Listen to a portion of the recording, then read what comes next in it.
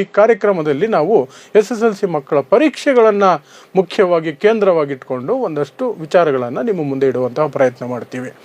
So ನಮ್ಮ ಜೊತೆ ಇವತ್ತು ಸೈಯದ್ ಮೊಯಿನ್ ಇದ್ದಾರೆ ಮಾಗಡಿಯಿಂದ. ಇವರು ಆ್ಯಕ್ಚುಲಿ ಸಣ್ಣ ವಯಸ್ಸಾದರೂ ಸಹ ಶಿಕ್ಷಣ ತಜ್ಞರಾಗಿ ಸಾಕಷ್ಟು ಹೆಸರು ಮಾಡ್ತಿದ್ದಾರೆ ತಮ್ಮ ಯೂಟ್ಯೂಬ್ ಚಾನಲ್ ಮೂಲಕ. ಪ್ಲಸ್ ಶಾಲೆಯಲ್ಲಿ ಅವರು ಪಾಠ ಮಾಡುವ ರೀತಿಗೆ ಸಾಕಷ್ಟು ಅವರಿಗೆ ಪ್ರಶಂಸೆಗಳು ವಿದ್ಯಾರ್ಥಿಗಳಿಂದಲೇ ಆಗಲಿ ಪೋಷಕರಿಂದಲೇ ಆಗಲಿ ಸಿಗ್ತಾ ಇದೆ. ಮತ್ತು ಅವರು ಪರೀಕ್ಷೆಗಳನ್ನು ಹೇಗೆ ಎದುರಿಸಬೇಕು ಅನ್ನೋದ್ರ ಬಗ್ಗೆ ನಿರಂತರವಾಗಿ ತಮ್ಮ ಯೂಟ್ಯೂಬ್ ಚಾನಲ್ ಮೂಲಕ ಜನರಲ್ಲಿ ಮಾಹಿತಿ ಅಥವಾ ಜಾಗೃತಿಯನ್ನು ಮೂಡಿಸುವಂತಹ ಪ್ರಯತ್ನವನ್ನು ಮಾಡ್ತಿದ್ದಾರೆ. So first of all let us welcome mister Syed Moin. Welcome to our channel. Thank you sir. So ಮೊದಲನೇದಾಗಿ ಪರೀಕ್ಷೆ ಅಂದ ತಕ್ಷಣವೇ ಮಕ್ಕಳಲ್ಲಿ ಬರುವಂಥದ್ದು ಭಯ. ಆ ಭಯವನ್ನು ಪರೀಕ್ಷೆ ಸಂದರ್ಭದಲ್ಲಿ ಹೇಗೆ ನಿಭಾಯಿಸಬೇಕು ಸರ್? ಈಗ ನೀವು ಯಾವ ಥರ ಹೇಳಿದ್ರಿ, ಈಗ ಭಯ ಅಂತ ಹೇಳಿದ್ರಲ್ಲ, ಆ ಮಗುಗೆ ಭಯ ಬರಬೇಕು ಅಂದ್ರೆ ಕಾರಣ ಫಸ್ಟ್ ಅವನು ಕಾನ್ಫಿಡೆಂಟ್ ಆಗಿ ಪ್ರಿಪೇರ್ ಆಗಿರಲ್ಲ. ಈಗ ಅವನಿಗೆ ಸಬ್ಜೆಕ್ಟ್ ನಾಲೆಜ್ ಏನು ಇಲ್ಲ ಅಂದರೆ ಅವನಿಗೆ ಭಯ ಆಟೋಮೆಟಿಕ್ಲಿ ಬರಲೇಬೇಕದು. ಬಿಕಾಸ್ ಈ ಎಕ್ಸಾಮ್ ನಾಳೆ ಇಟ್ಕೊಂಡು ಅವನು ಸಬ್ಜೆಕ್ಟ್ಗೆ ಪ್ರಿಪೇರ್ ಆಗಿಲ್ಲ, ನಾಳೆ ಕನ್ನಡ ಎಕ್ಸಾಮ್ ಇರುತ್ತೆ ಅಂತ ಅಂದ್ಕೊಳ್ಳಿ, ಫಸ್ಟ್ ಪೇಪರ್ ಕನ್ನಡ ಇದೆ, ಆ ಸಬ್ಜೆಕ್ಟ್ ಏನಿದೆ ಲೆಸನ್ನಲ್ಲಿ ಕ್ವಶನ್ಸ್ ಯಾವ ಥರ ಕೇಳುತ್ತೆ, ಲೆಟರ್ ಯಾವ ಥರ ಬರೀಬೇಕು, ಲೆಟರ್ ರೈಟಿಂಗ್ ಆಗಿರಲಿ ಪ್ಯಾಸೇಜ್ ಆಗಿರಲಿ, ಇದೆಲ್ಲ ಅವ್ನಿಗೆ ನಾಲೆಜ್ ಇಲ್ಲದೆ ಇದ್ದಾಗ ಅವ್ನಿಗೆ ಆಟೋಮೆಟಿಕ್ಲಿ ಭಯ ಸ್ಟಾರ್ಟ್ ಆಗುತ್ತೆ. ನಾನು ಏನು ಬರೀಬೇಕು ಈಗ ಎಕ್ಸಾಮ್ಗೆ ಹೋಗಿ, ನನಗೇನು ಗೊತ್ತಿಲ್ವಲ್ಲ, ನಾನು ಯಾವ ಥರ ನಾನು ಫೇಲ್ ಆಗೋದ್ರೆ ನನ್ನ ಫ್ಯೂಚರ್ ಹೇಗೆ. ಅದೇ ರೀತಿಯಲ್ಲಿ ಪೇರೆಂಟ್ಸ್ದು ಒತ್ತಡ ಹಾಗೆ ಇರುತ್ತೆ, ಪ್ರೆಷರು ಹಾಗೆ ಇರುತ್ತೆ. ಆ್ಯಂಡ್ ಫೇಲ್ ಆದರೆ ನೀನು ಕೆಲಸಕ್ಕೆ ಸೇರಿಸ್ಬಿಡ್ತೀನಿ, ಅಲ್ಲಾಗ್ಬಿಡ್ತೀನಿ, ಇದಾಗ್ಬಿಡ್ತೀನಿ ಅಂತಾರೆ. ಸೊ ಆ ಭಯದಿಂದ ಅವ್ರು ಏನಾಗೋಗ್ತಾರೆ ಅಂದರೆ ಫೇಲ್ ಆಗೋಗ್ತಾರೆ. ಇನ್ನೊಂದು, ಚೆನ್ನಾಗಿ ಓದೋ ಮಕ್ಕಳು ಕೂಡ ಭಯದಿಂದ ಅವರು ಎಕ್ಸಾಮ್ ಬರೆಯೋಕ್ಕೆ ತುಂಬ ಆನ್ಸರ್ಸನ್ನು ಮರ್ತು ಬಿಡ್ತಾರೆ. ಅದು ಯಾವ ರೀತಿಯಲ್ಲಿ ಅಂದರೆ, ಫಾರ್ ಎಕ್ಸಾಂಪಲ್ ಕ್ವಶನ್ ಪೇಪರ್ ನೋಡಿದ ತಕ್ಷಣ, ಈಗ ಫಾರ್ ಎಕ್ಸಾಂಪಲ್ ಯಾವುದೋ ಒಂದು ಸ್ಕೂಲಲ್ಲಿ ಈಗ ನಾನೇ ಆಸ್ ಎ ಟೀಚರ್ ಏನು ಮಾಡಿರ್ತೀನಿ ಅಂದರೆ, ನೋಡಪ್ಪ ನೀನು ಇಷ್ಟು ಓದ್ಕೋ ಸಾಕು, ನಿನ್ಗೆ ಇಷ್ಟರಲ್ಲೇ ಎಕ್ಸಾಮ್ಗೆ ಬರುತ್ತೆ ಅಂತ ಒಂದು ಮೈಂಡ್ ಸೆಟ್ ಮಾಡಿಬಿಟ್ಟಿರ್ತೀವಿ ಮಕ್ಕಳಿಗೆ. ಆ ಮಕ್ಳು ಏನು ಮಾಡ್ತಾರೆ ಅಂದರೆ, ಆ ಎಕ್ಸಾಮ್ ಸೆಂಟ್ರಿಗೆ ಹೋಗಿದ ತಕ್ಷಣ ಪೇಪರ್ ನೋಡ್ತಾರೆ. ಪೇಪರ್ ನೋಡಿದ ತಕ್ಷಣವೇ ಭಯ ಸ್ಟಾರ್ಟ್ ಆಗೋಗುತ್ತೆ, ಅಲ್ಲೇ ಸ್ಪಾಟಲ್ಲೇ ಎಕ್ಸಾಮ್ ಸೆಂಟರ್ ಒಳಗೇನೆ ಭಯ ಸ್ಟಾರ್ಟ್ ಆಗೋಗುತ್ತೆ. ಏನು ನಾನು ಸರಿ ಹೇಳಿರೋದು ಬಂದೇ ಇಲ್ವಲ್ಲ, ಬೇರೆ ಬಂದ್ಬಿಟ್ಟೈತಲ್ಲ ಅಂತ ಮಕ್ಳಿಗೂ ಭಯ ಸ್ಟಾರ್ಟ್ ಆಗೋಗುತ್ತೆ. ಆ್ಯಂಡ್ ಆವಾಗ ಅವರು ತುಂಬ ಆನ್ಸರ್ಸ್ ಮರ್ತು ಬಿಡ್ತಾರೆ, ಏನು ಓದ್ಕೊಂಡು ಹೋಗಿರ್ತಾರೆ ಅದನ್ನು ಕೂಡ ಮರ್ತು ಬಿಡ್ತಾರೆ.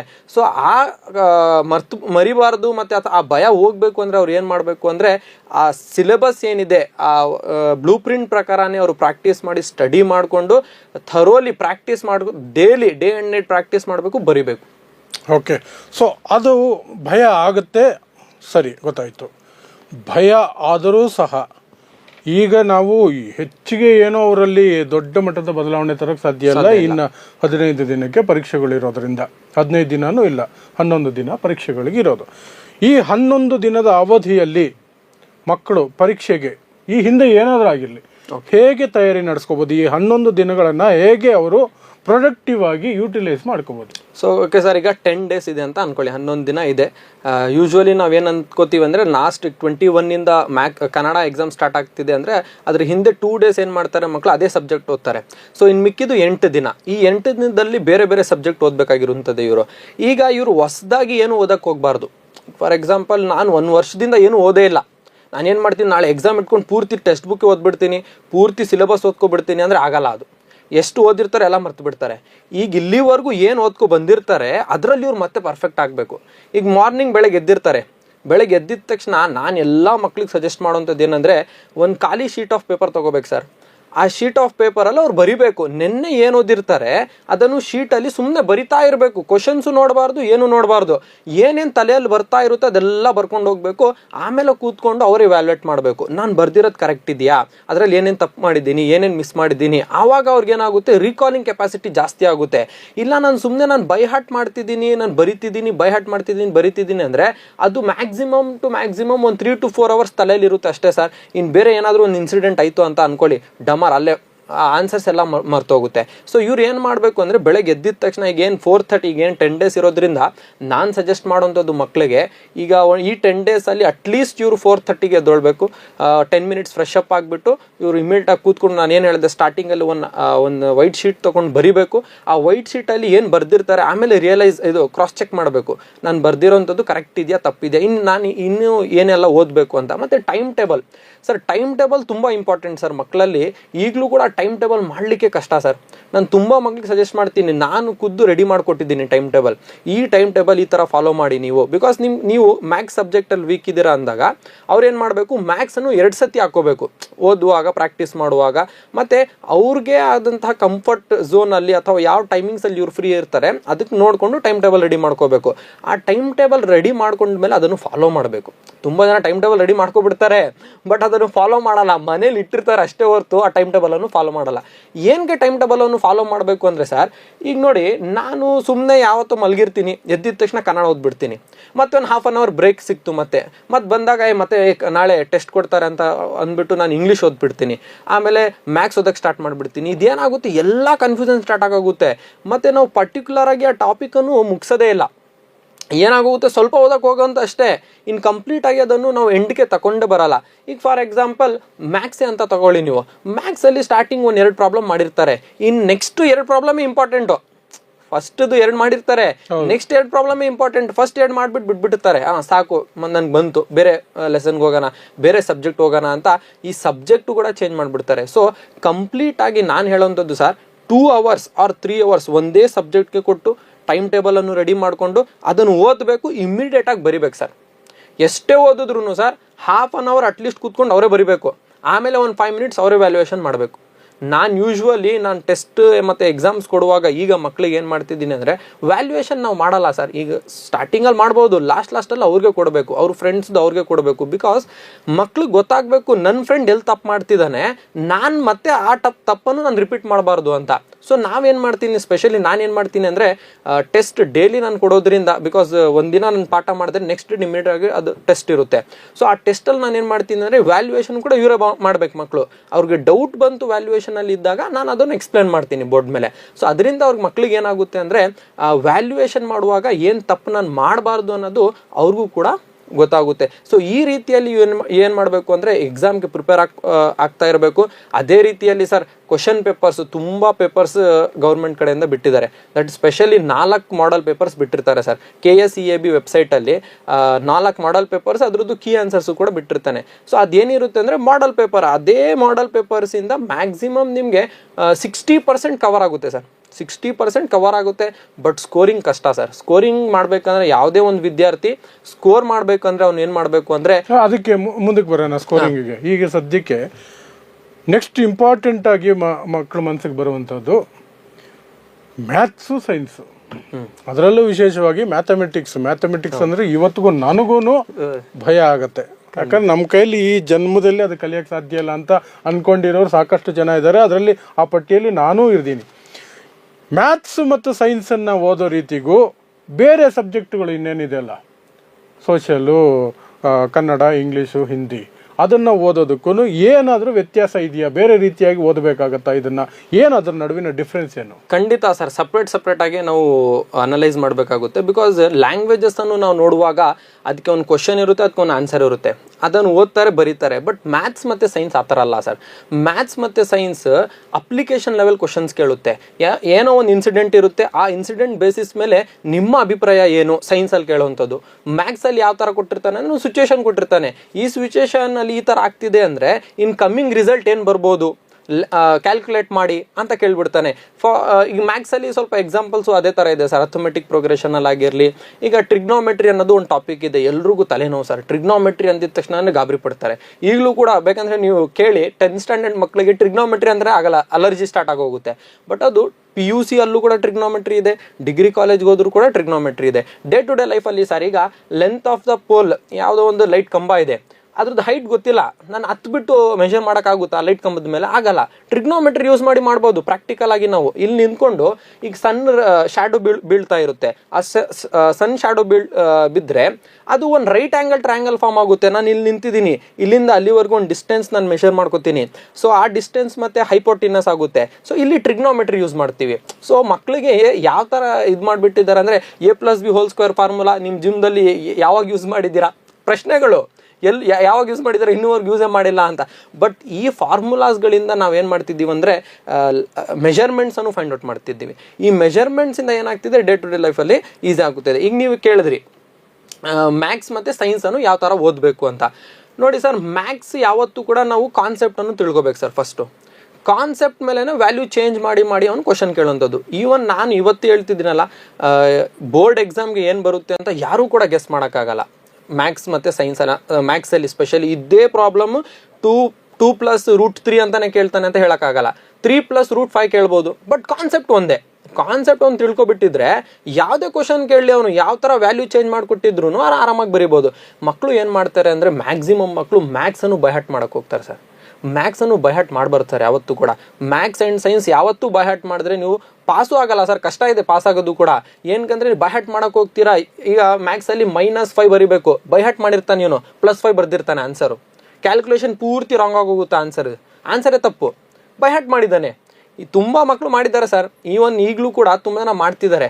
ಎಲ್ಲ ಸ್ಟೆಪ್ಸ್ ರಾಂಗ್ ಇರುತ್ತೆ, ಲಾಸ್ಟಲ್ಲಿ ಫೈನಲ್ ಆನ್ಸರ್ ಕರೆಕ್ಟು. ಏನಕ್ಕೆ? ಬೈಹಾಟ್ ಮಾಡಿದ್ದಾರೆ. ಸೊ ಬೈಹಾಟ್ ಮಾಡಿದ್ರೆ ಯಾವುದೇ ಕಾರಣಕ್ಕೂ ಮ್ಯಾಥ್ಸಲ್ಲಿ ಮಾರ್ಕ್ಸು ಬರಲ್ಲ. ಇನ್ ಸೈನ್ಸು ಅಷ್ಟೇ ಸರ್. ಸೈನ್ಸಲ್ಲಿ ಅಪ್ಲಿಕೇಶನ್ ಲೆವೆಲ್ ಕ್ವಶನ್ ಕೇಳ್ತಾನೆ. ಈಗ ರೀಸೆಂಟಾಗಿ ಮೊನ್ನೆ ನಡೆದಿರೋಂಥದ್ದು ಸ್ಟೇಟ್ ಲೆವೆಲ್ ಪ್ರಿಪ್ರೇಟ್ರಿ ಏನು ನಡೀತು ಗೌರ್ಮೆಂಟ್ ಕಡೆಯಿಂದ, ಅದರಲ್ಲಿ ತುಂಬ ಕ್ವಶನ್ಸ್ ಕೇಳಿದೆ. ಯಾವ ರೀತಿಯಲ್ಲಿ ಅಪ್ಲಿಕೇಶನ್ಸ್ ಕ್ವಶನ್ಸ್ ಬರುತ್ತೆ, ಸೇಮ್ ಕಾನ್ಸೆಪ್ಟ್ಸನ್ನು ಇಟ್ಕೊಂಡು ಕೇಳಿದೆ. ಇನ್ನೊಂದು ಡಿಸ್ಟ್ರಿಕ್ಟ್ ಲೆವೆಲ್ ಪ್ರಿಪ್ರೇಟ್ರಿಯಲ್ಲಿ ಒಂದು ಕ್ವಶನ್ ಕೇಳಿದ ಸರ್, ರೇನ್ಬೋ ಫಾರ್ಮ್ ಆಗುವಂಥದ್ದು. ಯಾವ ರೀತಿಯಲ್ಲಿ ರೇನ್ಬೋ ಫಾರ್ಮ್ ಆಗುತ್ತೆ ಅಂತ ಸೈನ್ಸಲ್ಲಿ ಕೇಳ್ತಾನೆ. ಸೊ ಅದರಲ್ಲಿ ಡಿಸ್ಪರ್ಷನ್, ರಿಫ್ರಾಕ್ಷನ್, ರಿಫ್ಲೆಕ್ಷನ್, ಈ 3 ಫಿನಾಮಿನಾನ್ ಒಂದು ವಾಟರ್ ಡ್ರಾಪ್ಲೆಟಲ್ಲಿ ನಡೆಯುವಾಗ ನಮಗೆ ರೇನ್ಬೋ ಫಾರ್ಮೇಷನ್ ಆಗುವಂಥದ್ದು. ಸೊ ಆ ಫಿನಾಮಿನಾನ್ ಮೂನ್ ಮೇಲೆ ಆಗುತ್ತಾ ಅಂತ ಕ್ವಶನ್ ಕೇಳಿದ್ದಾನೆ. ರೀಸನಿಂಗ್ ಕ್ವಶನ್ ಇದು. ಯಾವುದು ಟೆಕ್ಸ್ಟ್ ಬುಕ್ಕಲ್ಲಿಲ್ಲ, ಯಾವುದು ಪುಸ್ತಕದಲ್ಲಿಲ್ಲ, ಇನ್ನೂ ಹಳೆ ಕ್ವಶನ್ ಪೇಪರಲ್ಲೂ ಕೂಡ ಇಲ್ಲ, ಹೊಸ ಕ್ವಶನ್.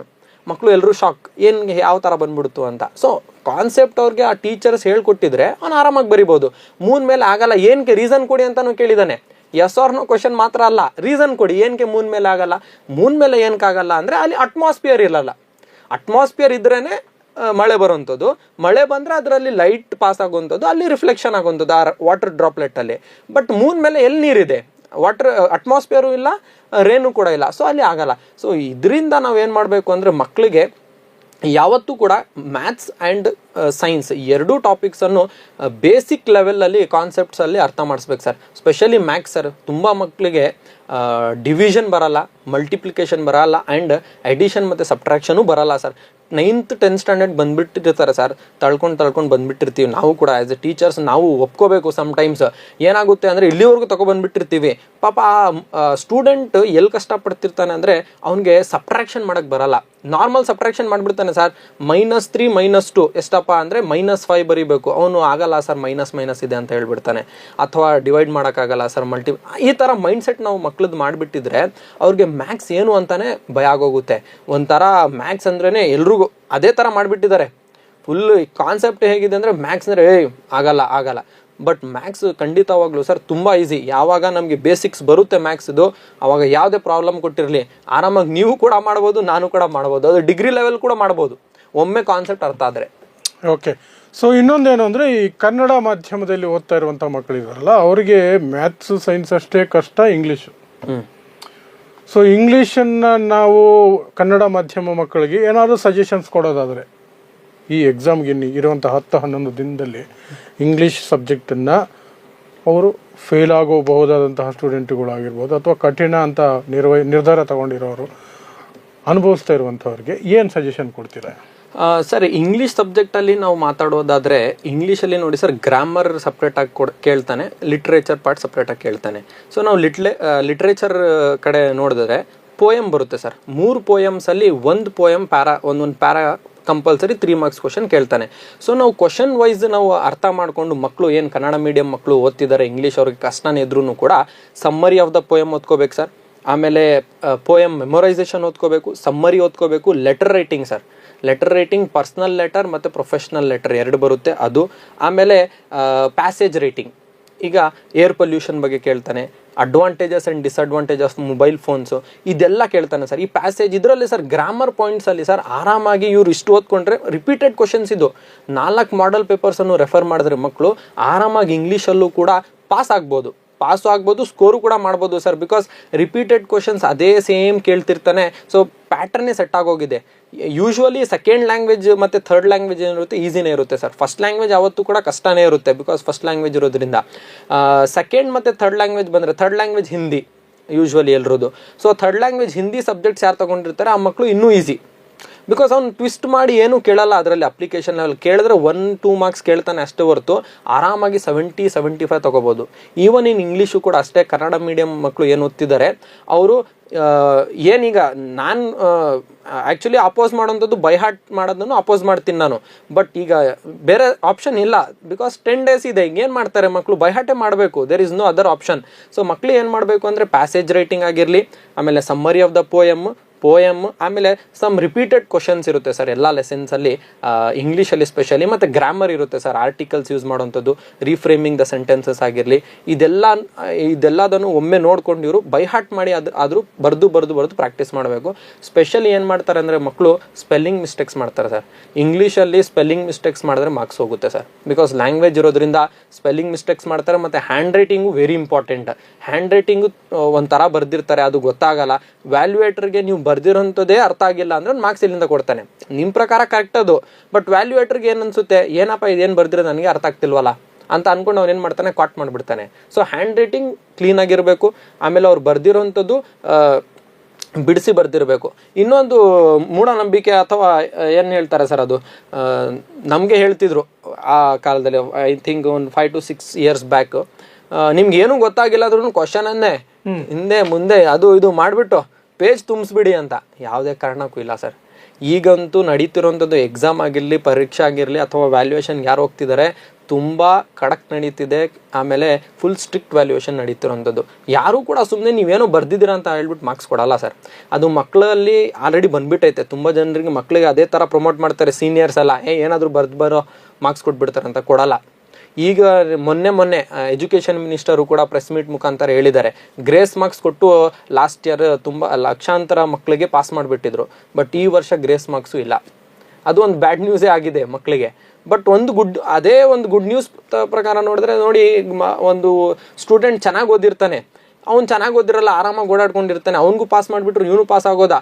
ನೀವು ದಡ್ರನ್ನು ಪಾಸ್ ಮಾಡಿಬಿಟ್ಟು ನಮ್ಮ ದೇಶನೂ ಎಲ್ಲಿ ಉದ್ಧಾರ ಮಾಡೋಕ್ಕಾಗುತ್ತೆ ಸರ್? ಫೇಲ್ ಆದರೆ ಫೇಲ್, ಅವ್ನು ಓದಬೇಕಿತ್ತಾನೆ, ಅವ್ನು ಓದ್ತಿಲ್ಲ, ಸ್ಕೂಲ್ಗೆ ಬರಲ್ಲ, ಅವನೆಲ್ಲೋ ಮನೇಲಿ ಇರ್ತಾನೆ, ಆಟ ಆಡ್ಕೊಂಡು ಅಲ್ಲಿ ಎಲ್ಲಿಂದ ಮಾರ್ಕ್ಸ್ ಬರುತ್ತೆ? ಸೊ ಅದಕ್ಕೆ ನಾನು ಹೇಳ್ತಿರೋಂಥದ್ದು, ಮಕ್ಕಳು ಅದೇ ಕ್ವಶನನ್ನು ಮತ್ತೆ ತಿರ್ಗಿಸಿ ಬರೆಯುವಂಥದ್ದು, ಅದರಲ್ಲಿ ಮಾರ್ಕ್ಸ್ ಕೊಟ್ಬಿಡ್ತಾರೆ ಅಂದರೆ ಯಾವುದೇ ಕಾರಣಕ್ಕೂ ಆ ಥರ ಮಾರ್ಕ್ಸ್ ಕೊಡಲ್ಲ.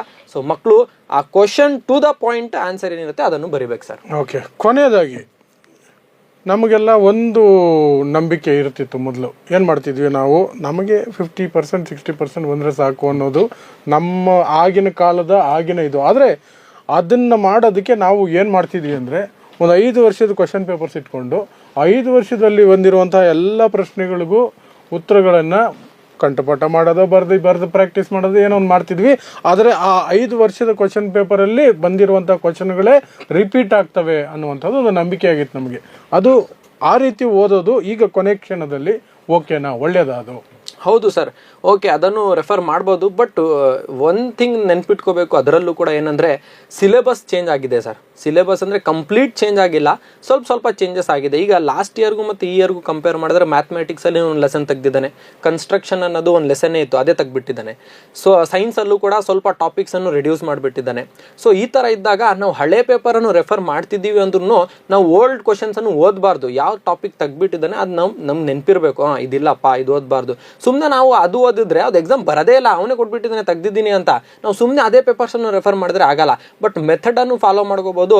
ನಾನು ರೆಫರ್ ಮಾಡೋದೇನೆಂದರೆ ಓಲ್ಡ್ ಇಯರ್ ಪೇಪರ್ಸ್ಗಿಂತ ಮಾಡೆಲ್ ಪೇಪರ್ಸ್ ಸರ್ 4 ಈ ವರ್ಷದ ಬಿಟ್ಟಿರೋಂಥದ್ದು. ಗೌರ್ಮೆಂಟ್ ವೆಬ್ಸೈಟಲ್ಲೇ 4 ಮಾಡೆಲ್ ಪೇಪರ್ಸ್ ಬಿಟ್ಟಿದ್ದಾನೆ.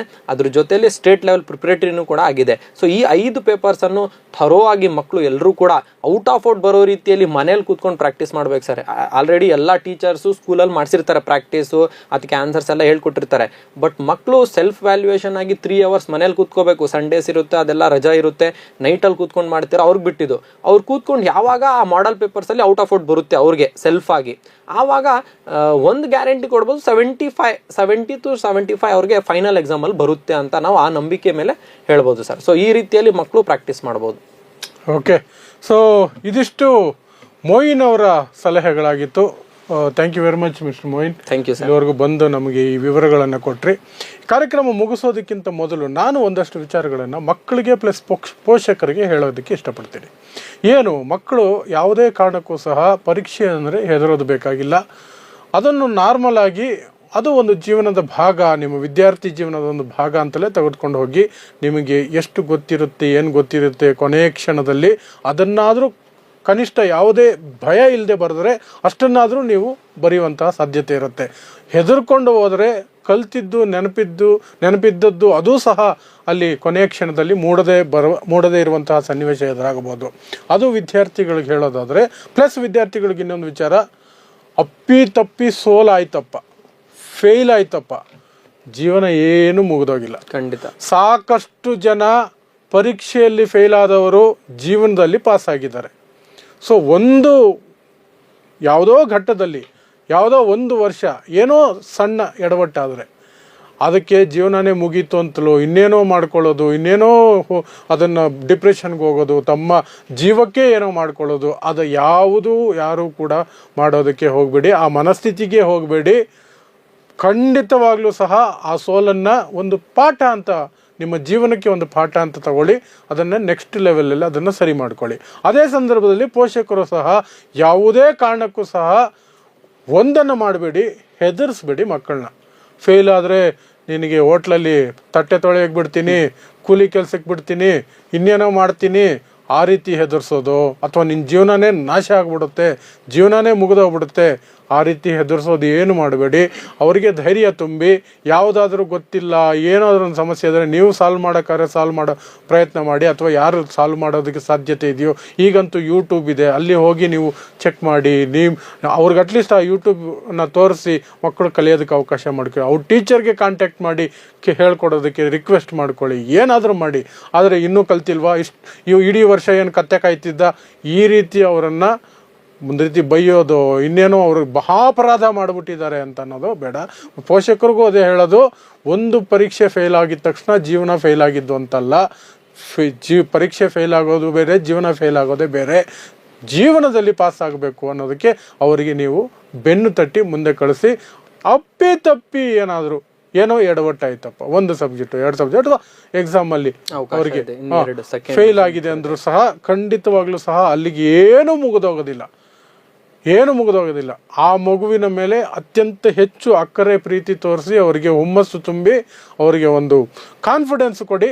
ಇನ್ನು 2 ತಿಂಗಳಿಗೆ ಮತ್ತೆ ಪರೀಕ್ಷೆ ಇರುತ್ತೆ, ನೀನು ಪಾಸ್ ಆಗ್ತೀಯ, ಏನೂ ಆಗೋದಿಲ್ಲ ಅನ್ನುವಂತಹ ಮಾತು ಹೇಳಿ ಅವರಿಗೆ ಸ್ಫೂರ್ತಿದಾಯಕವಾಗಿ ನಡ್ಕೊಳ್ಳಿ. ಇದು ಪೋಷಕರಿಗೆ ನಾನು ಹೇಳುವಂತಹ ಮಾತು. ಇನ್ನು 21ನೇ ತಾರೀಕಿಂದ ಪರೀಕ್ಷೆ ಇದೆ. ಎಲ್ಲ ನಮ್ಮ ಪ್ರೀತಿಯ SSLC ಮಕ್ಕಳು ಅಥವಾ ಬೇರೆ ಯಾವುದೇ ಸ್ಟ್ಯಾಂಡರ್ಡ್ ಮಕ್ಕಳು ಈಗ ಪರೀಕ್ಷೆಗೆ ಹೋಗ್ತಿದ್ದಾರೆ, ಅವರೆಲ್ರಿಗೂ ಸಹ ಒಂದು ಬೆಸ್ಟ್ ಆಫ್ ಲಕ್ಕನ್ನು ಹೇಳ್ತೀವಿ ಕನ್ನಡ ಒನ್ ನ್ಯೂಸ್ ಕಡೆಯಿಂದ. ಮತ್ತು ಎಲ್ರಿಗೂ ಸಹ ಒಳ್ಳೆಯದಾಗುತ್ತೆ ಅಂತ ಹೇಳ್ತಾ ಈ ಕಾರ್ಯಕ್ರಮವನ್ನು ಮುಗಿಸ್ತೀವಿ. ನೋಡ್ತಾ ಇರಿ ಸಮಾಜಕ್ಕಾಗಿ ಕನ್ನಡ ಒನ್ ನ್ಯೂಸ್.